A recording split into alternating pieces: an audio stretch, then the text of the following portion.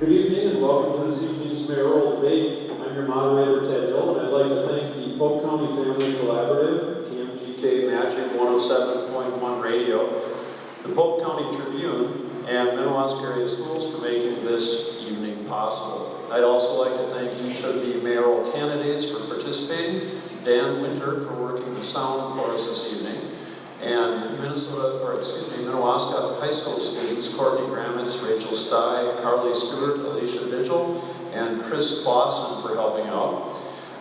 Another thank you goes out to Minnewaska area art teacher Maren Salveson for making the stop and yield signs for our timekeepers, and to you guys, our audience. Again, this is sponsored, this evening's debate is sponsored by the Polk County Family Collaborative, Polk County Tribune, KMGK Magic 107.1 Radio. The format for this evening will include a 1-hour debate and a half-hour audience-written question and answer segment. The questions will be requested to address all candidates. A short break between will allow myself to review the questions and ensure non-duplication and appropriateness of the questions. Each candidate will have a minute to introduce themselves. 2 minutes will be allowed for each question and 1 minute for rebuttal. The timekeepers will give a 30-second warning that the 2-minute mark is coming to a close, and on rebuttals, a 15-second warning will be given at that point. Before we begin with the introduction of the candidates, please make sure that your cell phones are turned off or turned to a silent mode.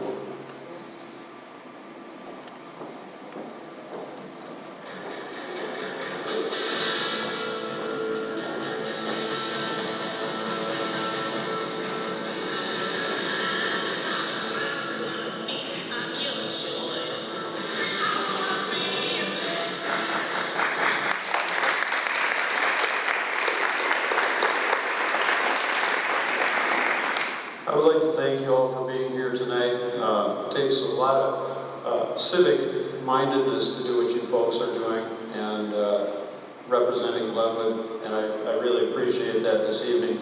We'll open with Shannon Boddicker making her opening statement. We've decided to go alphabetical, so Scott Formal will follow Shannon, and then Mayor Bill Ogdahl will follow Scott. So Shannon. Good evening. My name is Shannon Boddicker, and I have lived in Glenwood for about 28 years. I am married and have one son who is 17. I have been actively involved in many activities here in Glenwood, whether it's at my church, Glenwood and Beyond, JC's, Waterama. I hold positions as treasurer for Glenwood and Beyond. I was past secretary for JC's, have had many leading roles in other community involvement items, have seen the first-hand knowledge of running some of the offices here in town. I want to thank everyone for being here, and thank you for your support, and good evening too. Scott? Good evening. My name is Scott Formal, and I'm one of the candidates seeking to be elected November 4th to be the next mayor of Glenwood. Before I get into my full introduction, I would like to take a moment also to thank our sponsors for being here, and the volunteers, and for you for attending tonight's debate. After graduating from Glenwood High School, I left the area for a short while and moved back to the area to raise my son while he went to school here. I've earned degrees in business administration as a paralegal, and I've trained others in leadership, advocacy, and the workings of government at the local, state, and federal levels. I've been very active in the community with many local nonprofits as a private consultant and working as the director of the local chamber. I'm going to ask 3 things of you tonight, and that's look around the candidates, listen carefully, and draw your own conclusions. For some time now, I've been on the forefront, leading the way, doing the work, connecting with others, strengthening bonds and collaborations. I won't take credit for what we've accomplished, but take pride in sharing that credit with others. These experiences have helped to shape me and make me qualified to be a great mayor. I'm confident. Okay. Mayor Ogdahl? Good evening, everyone. We're is it this afternoon? I don't know what, but I was born and raised here in Glenwood quite a while ago, and went off to do my thing in 1957. By doing my thing, I'm talking about going to college, being in the service, working down in the big city, and I hated it down in the big city. And so my wife-to-be was living there at that time, and I was transferred from Continental Oil Company to Houston, Texas. And so I asked this young lady, would you marry me and move to Houston, Texas? And she said, I'll tell you what, I'll marry you, but I will not move to Houston. And we decided that this was the best place to raise a family and to live. Thank you very much. It's nice to know just a little bit about you before we get into the scripted questions. Shannon, we will start with you with the first question. If elected, what would be your primary goal or goals to get accomplished in your first year in office? One of the first goals that I have is to build a bridge between the Polk County Courthouse and City Hall. There have been so many issues in the past few years where people have not been getting along. They're not looking at what the best interests are for everyone in the community. I think that if we all work together, we can come together even more and make Glenwood and Polk County even better than what it is. I know that there have been personality issues. I think that can be overcome.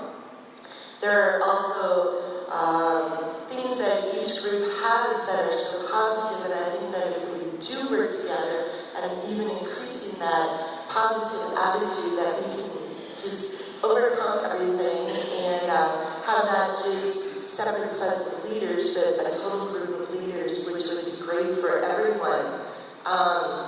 Main thing that I feel going forward with that would be to help locate a new fire department, which would be not only good for the city of Glenwood, but also for Polk County. I think that we can work together on that, where a good place for that would be. I also believe, too, that we can continue to beautify the community, working with all of the groups in town, too.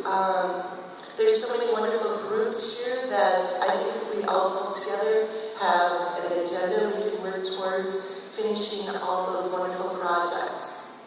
Thank you, Shannon. A follow-up question to that. You touched on a lot of different things, and I'm going to ask you to prioritize now.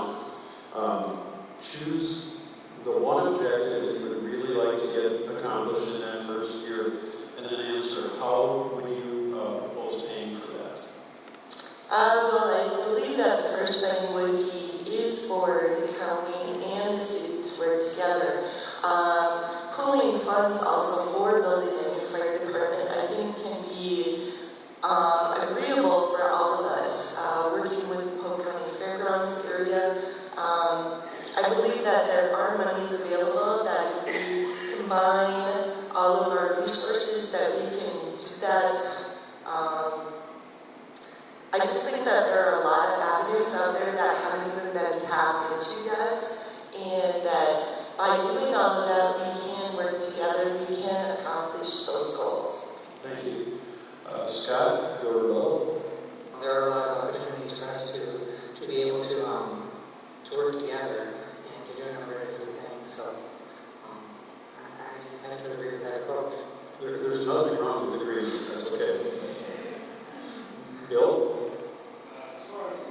Concerned to Shannon, I couldn't hear exactly what she said completely. I had a little trouble this evening. I've got one hearing aid and the other one's in the repair shop. But you were talking about cooperation between the county and the city. That has been a problem. And the city seems to get along very well without the county. And I can cite some instances of what we're doing. We've had a lot of development in this town, and it's been done not with the help of the county, but just of the city.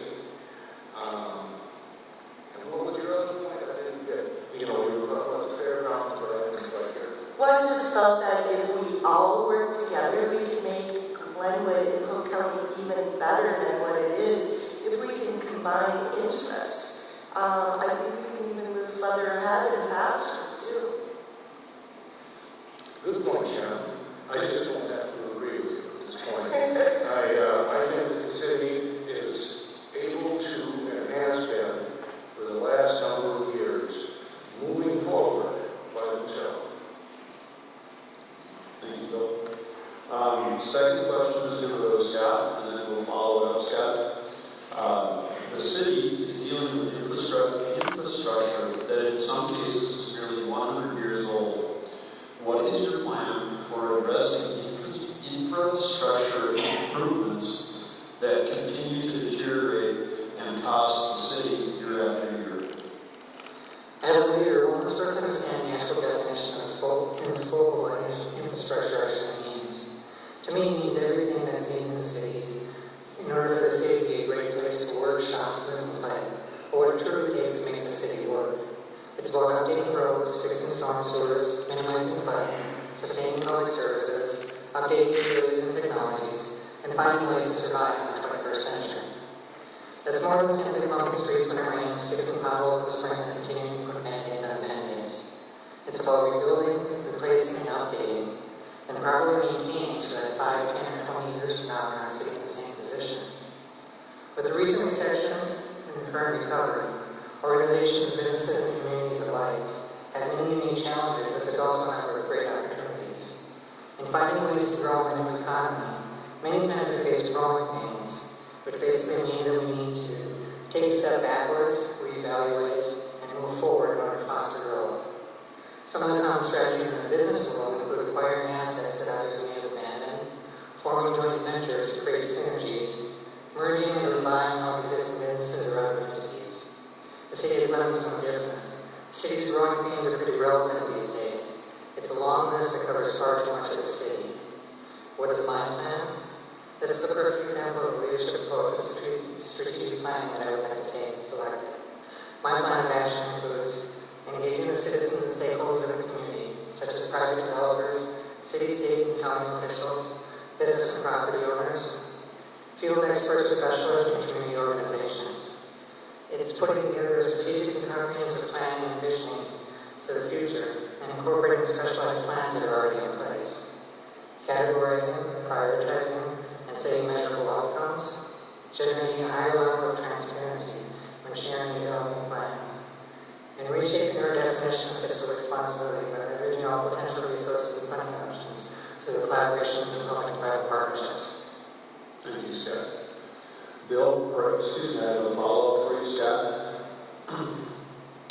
The city proposed a stormwater utility, which would raise about $80,000 per year to be used for fixing stormwater problems throughout the city of Glenwood.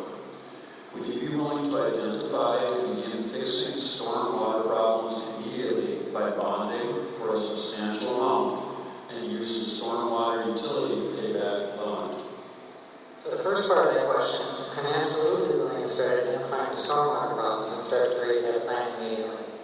The other part of that question deals with bonding versus a pay-as-you-go approach. This is a perfect opportunity to talk about reshaping our fiscal responsibility. Typically, I'm not the type of person that would say that you would bond as a first resort, unless I was assured that you would be fiscally responsible in taking that approach. In this case, it may be a good solution, because if we have a structure and a dedicated source of funding that would alleviate the chances of raising property taxes in order to pay back that bond. This option also allows us to fix problems sooner than later, and more likely at lower costs. Picture yourself needing to buy a car or a home. What steps do you take to make this happen? You start by getting your money and getting your down payment.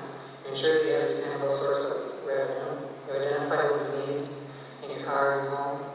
You start to shop around and find what you want. You secure your bank loan or your mortgage, and you make a purchase and you pay back the loan. Thank you, Scott. Bill, is your opportunity for rebuttal? The question again was, the city of Glenwood is dealing with infrastructure that in some cases is nearly 100 years old. What is your plan for addressing the infrastructure improvements that continue to deteriorate at a cost to the city year after year? And then also the